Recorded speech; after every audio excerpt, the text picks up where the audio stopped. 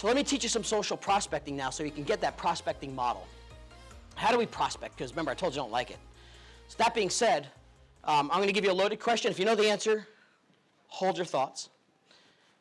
But first of all, social media itself, the term, it's overwhelming. People get all stressed out over trying to learn something new. All it is today's marketing. It's today's internet.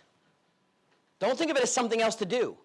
Back in 1988 or so when I started, right, what was our job? To advertise homes and get them in front of people. Where did we do it? Newspaper, right? Black and white photos. We had a Polaroid camera, and we pinned it to our corkboard. And we had the black and white MLS book, right? 10 years later, things evolved, right? I don't know what year it was, so in the 90s. We had a home we wanted to advertise. We wanted to market to consumers. Where did we get their attention? What platform at that point? That was probably color magazines, right? I don't know if maybe AOL was being born with email. Do you remember email when it first came out? Like, it was the most magical thing ever, and you read every word. Like, it was like the gift that delivered in your computer. Now, like, we don't want to look at it.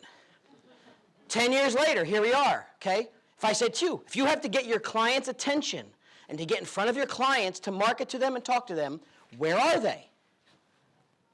It's a question. Where are they? There's no right answer. It's, where are your clients right now? Okay, it's Facebook, Instagram, they're on Zillow, they're on Realtor.com, they're maybe on your website. They're somewhere, but it's usually online for the most part, some off. You know, print still works. It's just they're moving. So guess what? If I stand here in 5 years, guess what? They're going to be somewhere else. So I give you this question, and it's like I pose this choice of yours. You don't have to do any of this stuff. No one says you have to sign up for Facebook and Instagram. You can never have an account ever. But I promise you this, that someone else in your competitive world is getting their attention. And I could prove it, because have you ever had the home you sold 6 or 7 years ago, and then you drive by that home, and someone has a sign in the grounds for sale again, and it's not yours? Who knows that feeling? Be honest, besides me. Di, ever happen to you? No? Never. She's like, hell no. It's happened to me. You know, it was my fault. I expected, and I want you to understand this, digital marketing, I really want you to hear this. Digital marketing is important. It's follow-up, it's good stuff, but it doesn't replace being human. Does that make sense? You have to stay human, because guess what? They're meeting somebody else at church. They're meeting somebody else at the picnic that's connecting with them and talking to their kids and play dates and all this other stuff, and you're just sending them digital junk mail. And I'm not saying it's bad. It's part of the process, but you picking up the phone, you actually stopping by, you connecting with them is what they want today, because this world is ridiculously social. The reason social has become not only popular and worldwide, it's become an addiction. It has become an addiction. It's like me taking away your cell phone, right? Anxiety attack right away. Here's why, though. This is my spin on it. It's an emotional product. It's an emotional product. If we can get to your emotions, don't we have leverage? Isn't real estate an emotional product? 100%, which is a magical thing, because it's emotions. I'm going to show you and prove to you it's an emotional product. When any of you, who's fairly active on social media? Be honest. Show of hands. Okay. When you make a post, 5 minutes later, what are you doing? Why? Is that an emotional response? Yes. You go there to look to see if someone liked it or commented on it. That's emotion. You're looking for acceptance. And if you don't get a comment or a like or anything lovey-dovey, how do you feel? You're like, is Facebook down? Is the internet working? Like, refresh, right? You're refreshing because you're missing that acceptance. This is how the world has changed, because sales are based on emotional decisions too, right? That's what we decide on. The other extreme is when you get engagement, and you'll see it even at a younger level. I'm not saying it's just for younger, but at a younger level, if they don't get 100 likes or 200 likes, like the world is coming to an end.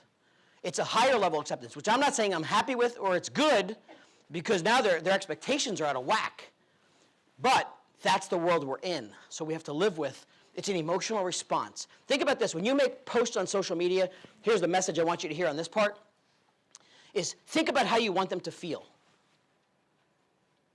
Think about the post you're making, how you want them to feel. So if you pay some company, which makes me nuts, but pay some company to make posts for you for $50 a month or $100 a month, and they're posting like, here's this awesome new fireplace. What do you think?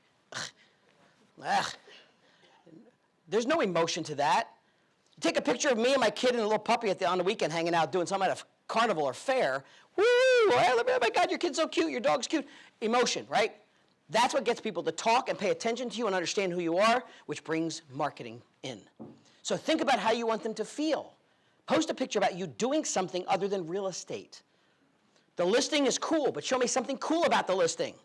Like, is it got a cool clawfoot tub? Give me something that's going to get me, tell me something about the family that lived there. Tell me something that gets to the emotional part of that, or you're going to get very little reaction. Simple as that. So you could post all the generic stuff, or you could post stuff that's going to get reaction and emotion. Think about emotion. That's why also Instagram is becoming the #1 platform, because it's very visual. It's pretty photos and stuff that get people's attention, and it's gorgeous content. That's the difference. Does that make some sense? Remember how you want people to feel when you make the post. And then you get that look. And it's some of you that's at like 11:30 at night, 11:45, and it's that look from that significant other or whomever, like, when do you put it down? When do you stop? Isn't that the truth? Like even us on our phones, when do we stop? So it could be an extreme time suck too. Total time suck. The same time suck that 20 years ago, a guy in my office at 8 o'clock at night's working. I'm like, oh, he's working hard. He's down in the basement sales room doing work. And I go down there, he's playing solitaire on a $2,000 computer for hours. Just turn the thing off and go home. You're not doing anybody any good. Sitting on social just going through people's drama. Oh my God, their life is so much better than ours. They're always on the boat. They're always away. They're always traveling. My life is terrible because I don't get to do any of this stuff. No, they all have problems too. There's no magic. But remember, perception sells. A lot of my kids really think, and don't get me wrong, you can make millions being a YouTuber. Like, that's a good goal. Like, my kids want to be a YouTuber. I'm like, that's awesome. Let's do it. I can't be like, that's not crazy. Like, kids are doing it. But at the same time, it's not like it's just going to fall into your lap. My kids are like on Instagram, I'm going to get a cool car. I'm going to do this. But I'm not sure if I want to work. Like, what? Because that's not truth. Like, you could do it if you really want to work, but somebody's doing like hours of video every day. So it's perception because people are believing it. So let's do what if. Let's get down to some nuts and bolts. What if we just listen better? #1 job in sales is listen better. We talk a lot. So how do we listen on social media when it's so darn noisy and they change all these hocus pocus algorithms, right? Algorithms change all the time. How many times you've had somebody you're connected to as a friend and you haven't seen as a friend in ages? You're like, maybe they unfriended me. I haven't seen anything from them. But somehow you're still connected to them. It's because they don't allow you to see all the stuff based on their agenda. So if I could listen better, though, and I could pay attention to what's going on, now I could stay connected to them on a human basis.